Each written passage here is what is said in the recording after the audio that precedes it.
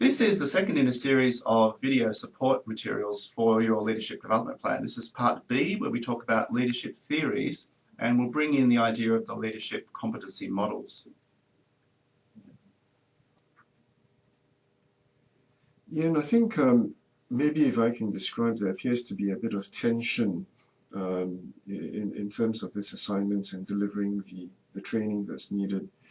First, it's a tension between theories, which we're going to cover in quite a bit of detail, and the practical aspects of this assignment, which is the choice of one of the competency models. Now, can you walk us through that, please? I'll try, but it is quite complicated because throughout this course we will explore different leadership theories and different styles of leadership that are supposed to be more effective or less effective in different situations. So in the background there's all this notion of what's the best style or leadership theory to adopt. This assignment is actually about how am I going to become a better leader, and so in the sense it's a very practically focused assignment, and we talk about competency models because the competency is the skill set that you have to be able to perform as a good leader. So I guess you're looking at leadership theories as a background to inform your work, but primarily for this assignment you're choosing a framework that will help you develop your skills to perform better as a leader in your chosen area of industry. Now, if I were a student, I'd be asking, one of the questions would be, these competency models, would they have at some stage been informed by some of these theories? Well, you'd hope so, otherwise they shouldn't be published. So it is a university and we do expect that most of our work is informed by theory and research. And you will find that the three we've given you, in fact, are underpinned by theory. It doesn't mean, though, that a particular competency model embraces one particular leadership style. It just means that they've looked at leadership theory before and during building the competency model. So it is confusing, and I guess the best way to try and differentiate them is that the leadership theories are all about broad brush issues around what's the most effective way to project yourself as a leader, whereas the competency model is more about what kind of skill set do you need to be able to perform as a leader. So if I were a student doing this assignment, I'd perhaps adopt one of the competency models and use perhaps the video section to start talking about some of the styles I'd apply? Yeah, I guess whatever competency model you choose, you still have the option of different leadership styles, right? You can be directive or consultative or collaborative, whatever you want. They're kind of independent events. The competencies you have and the way that you project your leadership are two different things. The combination of the two might be more or less powerful depending on who you are and the nature of your audience. Yeah, so two things, but primarily the assignment is about your own leadership skill.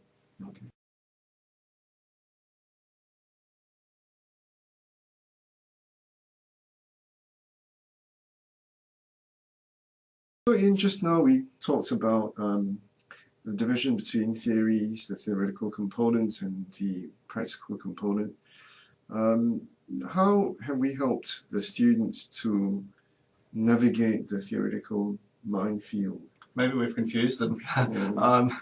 If you look at this graphic, we've actually tried in this course to divide leadership theory approaches into 4 categories, if you like. The first one is of traits. What kind of personal characteristics does a leader have that makes him or her more effective? And the second is a behavioural approach. So what kinds of leadership behaviours are more successful, effective, appropriate? The third is contingency or situational leadership styles. And there's quite a few of those, and we cover some of them in the course. And the notion there is that there's a better style or approach to leadership for given situations. And the fourth one, which is, I guess, a more contemporary view, is that it's an integrative approach. You draw on different aspects of various theories, combine them, and there's also the notion of the authentic leader. So actually being yourself, not trying to be someone else's leader in terms of style. So if you keep this framework in mind, the 4 approaches to leadership, that's your background, and that might help you to anchor your own leadership development plan.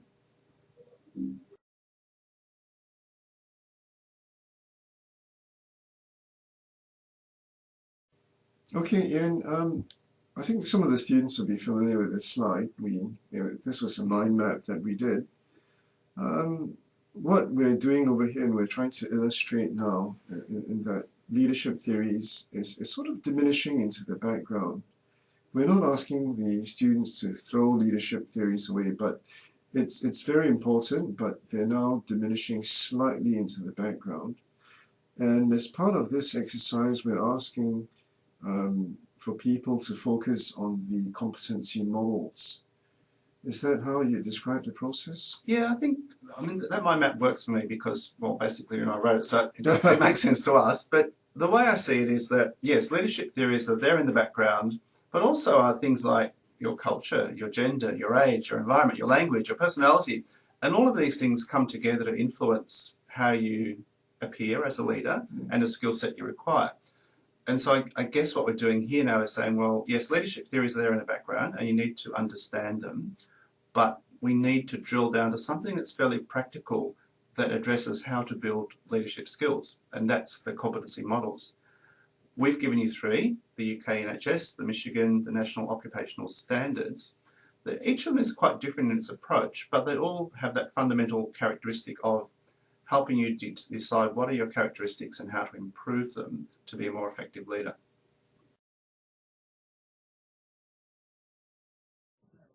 Okay, and we're now zooming in on the competency models, and we've asked you to put the notion of theories into a little bit into the background. Can you tell us a little bit more about these competency models and how they're theoretically grounded as well? Sure, Keith. First of all, you'll see on the slide that there are three models. Now, why three? Well, we've given you three on MyRMIT, and if you go to the literature, you'll find there are literally thousands of these models, but these three we've chosen because they're fairly self-explanatory in terms of the way they're constructed. You might criticize them because when you even look at the titles, two from the UK, one from the US. So if you're not from either of those locations, are these models relevant to you? And I think that's an important question to ask yourself when you're developing a competency model, but also more generally in leadership. Where has an idea come from, and has it been validated, tested, trialed for your kind of location and environment? So that was the first point I'd make. In terms of the theory that underpins competency models as a whole, I have prepared a slide, which we can show now. So now, before we go on, though, can I ask you to reiterate, whether you would encourage, the audience to develop their own or to use one of these outright? If you're very, very brave, develop your own. If you're interested in a good mark, getting through and having a logical plan, I would strongly recommend you pick one of the models, or if that seems too much of an ask, pick one component of one of the models to develop one aspect of your leadership. Any of those is fine. And I guess the key thing is keep talking in class about what you're aiming to do to make sure you've got a realistic goal towards the end. Right, Ian. Now, this is the slide you wanted to talk about. It's to give the audience some indication of the rigor behind the development of some of the competency models. Yeah, in fact, this is an article from Boyatsis in 2009, and this article is actually hyperlinked for you on MyRMIT, and I recommend having a look through it. What we're giving now is a thumbnail sketch of what he had to say about competency models. And first of all, by definition, he says that competency is a capability or ability. So think about your leadership development plan in terms of capabilities or abilities in leadership function. And he says there are a set of related behaviours organised around a certain intent. Now, the intent for leadership can be multifactorial depending on what you're trying to achieve. Interestingly, in this article, he talks about how he developed and validated the idea of competency. So it was by inductive research, that is, observing situations, observing leaders in their practice, and making conclusions about what was effective and what was not. And then comparing high-performing versus low-performing groups of leaders and looking at that performance from multiple frames of reference. So not just from the leader, him or herself, but from peers, from subordinates, from outsiders, to get a good frame of reference on the actual effectiveness. And the ultimate question is, of course, was I effective as a leader given these capabilities, these abilities, and these behaviours that I've practiced? Now, the Venn diagram you see, the concept of best fit, This is similar to the idea of leadership, followership, and the context. So in this case, we're saying the concept of best fit is, what is it about you as an individual, as a leader? What is it about the job demands? And what is it about the organizational environment? And where they intersect is the idea that Weiser says is the concept of best fit for your leadership capabilities, abilities, and practice. He talks about the theory of personality. Now, I'll leave that for you to read in the paper because it's interesting but quite long to explain. And he then goes on to talk about competencies being mainly in the field of emotional intelligence and social intelligence. Again, read that in the paper. It's quite interesting, and it feeds directly into the competency models that you're going to explore anyway. And some of the emerging issues that Boyatzis proposed in 2009 were, does the model work across cultures? And his conclusion was, yeah, it seems to. And the notion of a tipping point, how often do you have to use the competency to be recognized as an outstanding leader to be effective? And importantly, how do you actually quantify a competency? Now, in your leadership development plan, we ask you to evaluate your plan. And this is exactly that. How do you know that by developing these skills or abilities that you're actually more competent? What kind of evaluation process do you have? And he ends the article with a question, can you develop competency? Well, I think we have to say yes, because we're asking you to do just that, to write up a leadership development plan.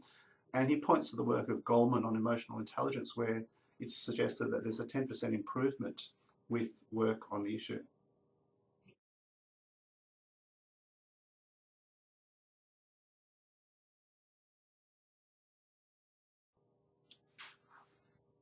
Over the next 3 slides, we are going to cover in brief detail the 3 competency models, the NHS, the Michigan, and the National Occupational Standards.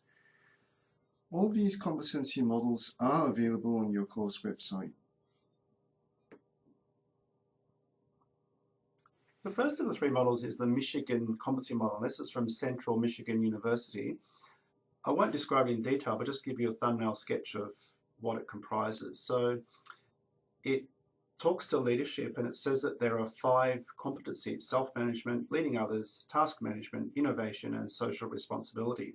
And for each of those competencies, there are subcategories or sub-dimensions that roll up into each of those 5. The thing I like about this model is that it gives examples of good and bad practice in each of the competency areas, almost like a little case study, if you like. And examples are given of situations requiring a focus on particular competencies. So it's a very hands-on kind of model. Now, our second model is the National Health Service model, and this is the model from the UK that has been designed for people leading in the health industry in the United Kingdom. And you might ask, well, how is this relevant to us if we're not working in healthcare? They're generic enough to be applicable across different industry types. And what I like about this model is that you can see it's relatively complex in the sense that it has a central aspect of personal qualities of a leader and their self-belief, self-awareness, self-management, drive or passion for improvement, and personal integrity. And then it has these 2 outer layers, if you like, of setting a direction for the organization or the unit and delivering the service. Now, that's why I think this is applicable elsewhere, because although we're talking about a hospital setting for this model, you could equally say that delivering a service applies to many other industries as well. So there are 15 qualities listed in that model, and what some of you might find appealing and some of you might be horrified to find in this model is that you can actually quantify each of those qualities with a scale. So for example, level 0, in terms of self-awareness as example, you're failing to consider your own emotions, and that zooms up to level 3, where you're fully in control and understand your own strengths and limitations. So each of the qualities has that scaling effect. Now, if you want to be quantitative and if you're addressing the evaluation component of your leadership development plan, maybe this is a tool you bring into your plan to say, well, I know I've reached where I'm hoping to be because I'm now at level 2 or level 3. So that's an aspect that I like about the model, but I do recognize it can be complex for those of you who are more qualitative in your focus. All right, Model 3, National Occupational Standards. I won't explain the nuts and bolts of this model. I'll leave that to you. It's on my RMIT and you see there the URL for the site. All I want to say about the model is that it is good. And the second thing is that it looks at the issue from various points of view. Obviously from the point of view of you as a developing leader or employee, also from the point of view of the employer and business, and also from the point of view of the education and training providers that will eventually certify your qualification.